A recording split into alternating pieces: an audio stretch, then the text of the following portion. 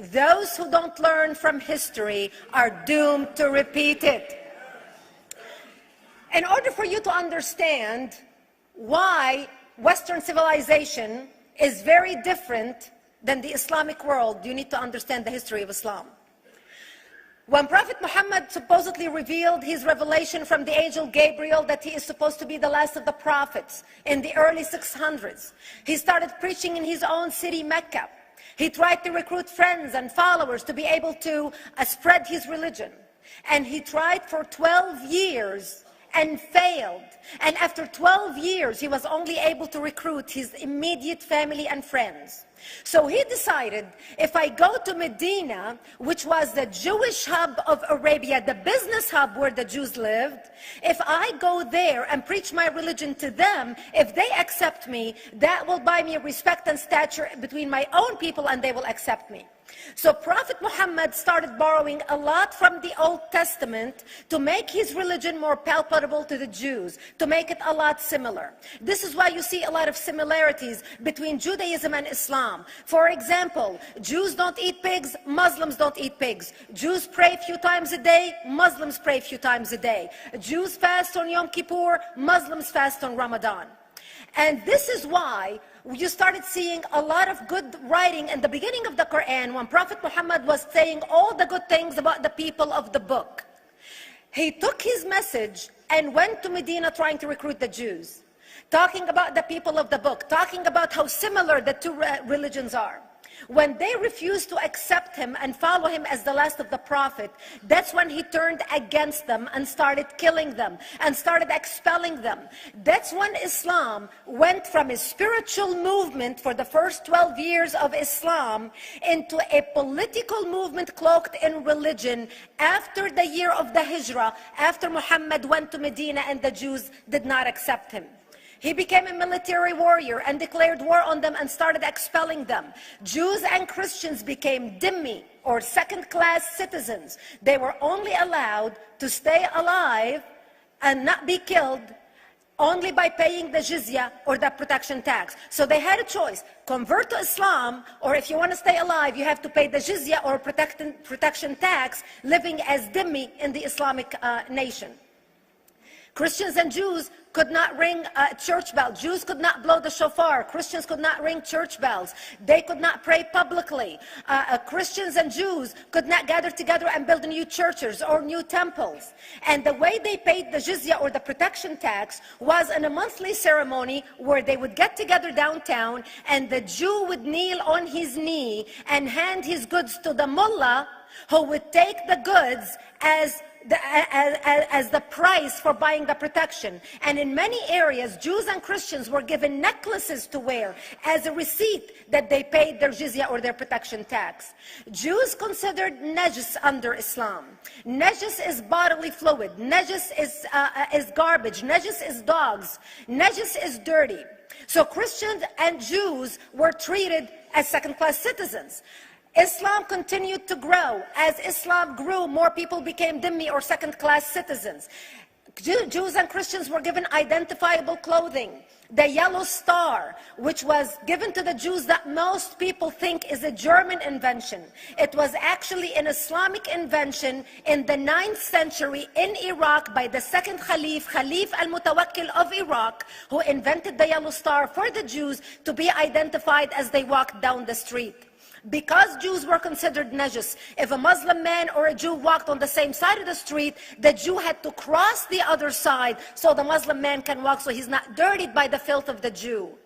Christians were given the zunnar, the belt, which most of you men are wearing right now. That was an Islamic invention for the Christians.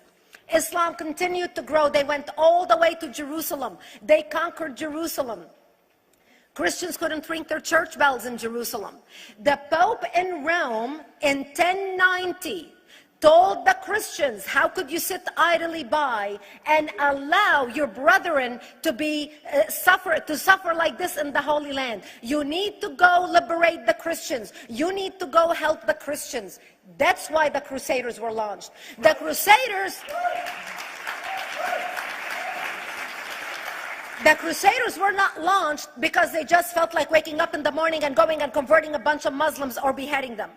The Crusaders were launched to liberate Jerusalem. And they were able to liberate Jerusalem for less than 100 years before Salah ad-Din al-Ayyubi, Saladin, took it back, and Jerusalem remained under Islamic control until 1967, when the State of Israel liberated Jerusalem, where Christians, Jews, and Muslims could pray under the same sky.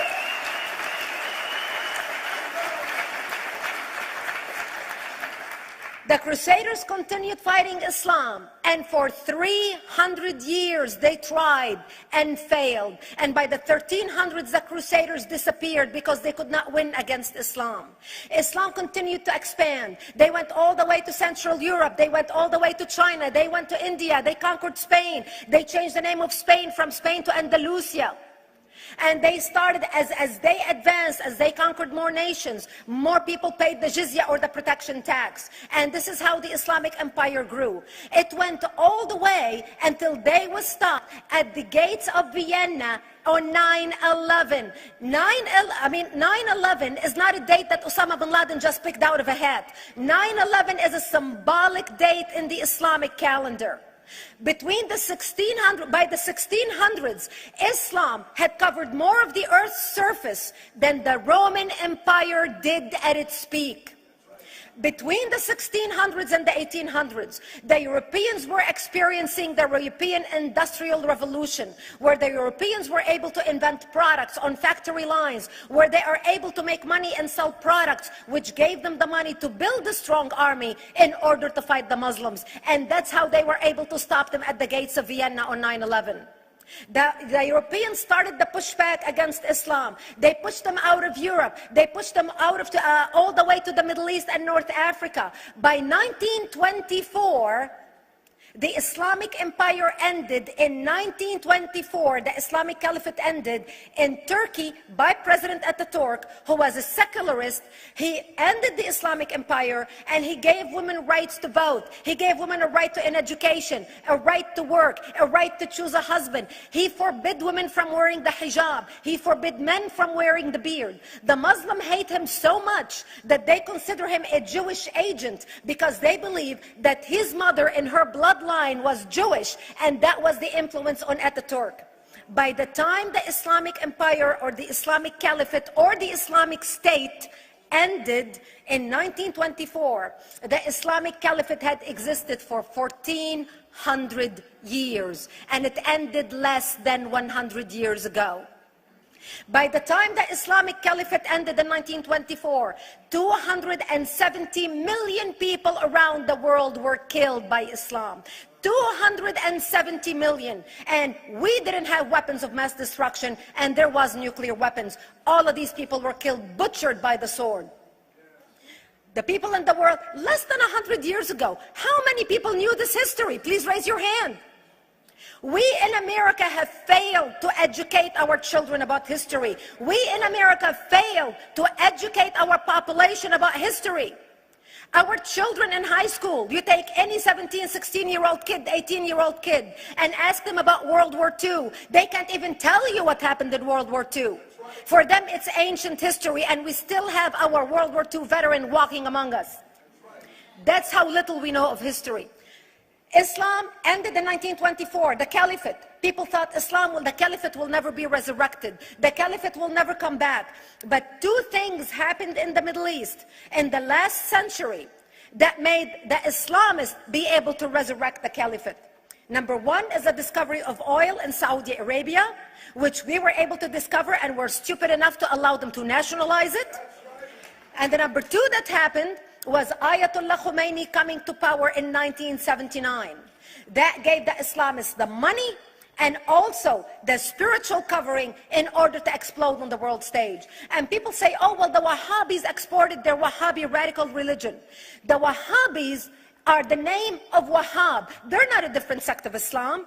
They follow the authentic preaching of Prophet Muhammad, the way Prophet Muhammad lived and practiced his religion. This is why neither you or me or any infidel can step a foot in Mecca, because as far as they're concerned, we are filth. And as infidels, we're not allowed to step a foot, not President Obama and not anybody else.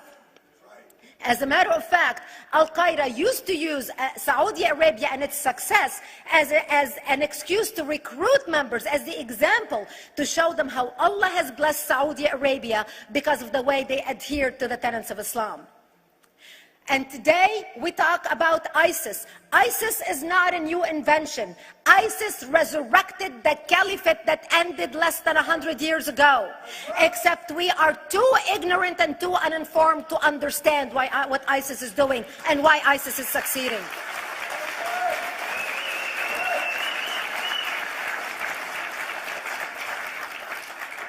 Two things you need to understand about Islam and the principles of war in Islam. One is the law of taqiyya, which means lying and deception. It means that a Muslim man can lay his hand on the Quran and swear that he is telling the truth, knowing that he is lying, but also knowing that the Quran will forgive him because he is advancing the cause of Islam. The second thing you need to know about is that the Treaty of Al-Hudaybiyah, which is an Islamic principle of war and a model on how to deceive your enemy when you have to sign peace treaties with your enemy. And it is based on an example by Prophet Muhammad. Prophet Muhammad was attacking the Meccans and their caravans when he was living in Medina. One day he attacked them because this is how he got the goodies. He would attack them, rob them, and spread the goodies among his men. And this is how he was able to recruit, because this is how people made money without working. And so he attacked the Meccan caravans. When he realized he's not able to defeat the Meccans in that city of Al-Hudaybiyah, in that place, he signed a 10-year treaty with them. Does that sound familiar? A 10-year treaty with them that says he will not attack them, he will have peace with them, he will not declare war on them. Muhammad used the treaty for 2 years to build his military, strengthen his army, and when he realized he was strong enough to attack his enemies when they least expected it, because they thought they had a peace treaty with Muhammad, he broke the treaty, attacked them 2 years later, and Mecca fell within 24 hours because they were not expecting the attack. And that became a principle of war in Islam. And to give you an example of how that is practiced, this is why anything signed with Iran means nothing to them. And to give you an example of how this law has been put to use in recent history, Yasser Arafat, who's not an Islamist, but he is a Muslim, met with the Israelis and signed the Oslo Accord in 1993. Remember all the handshaking at the lawn of the White House?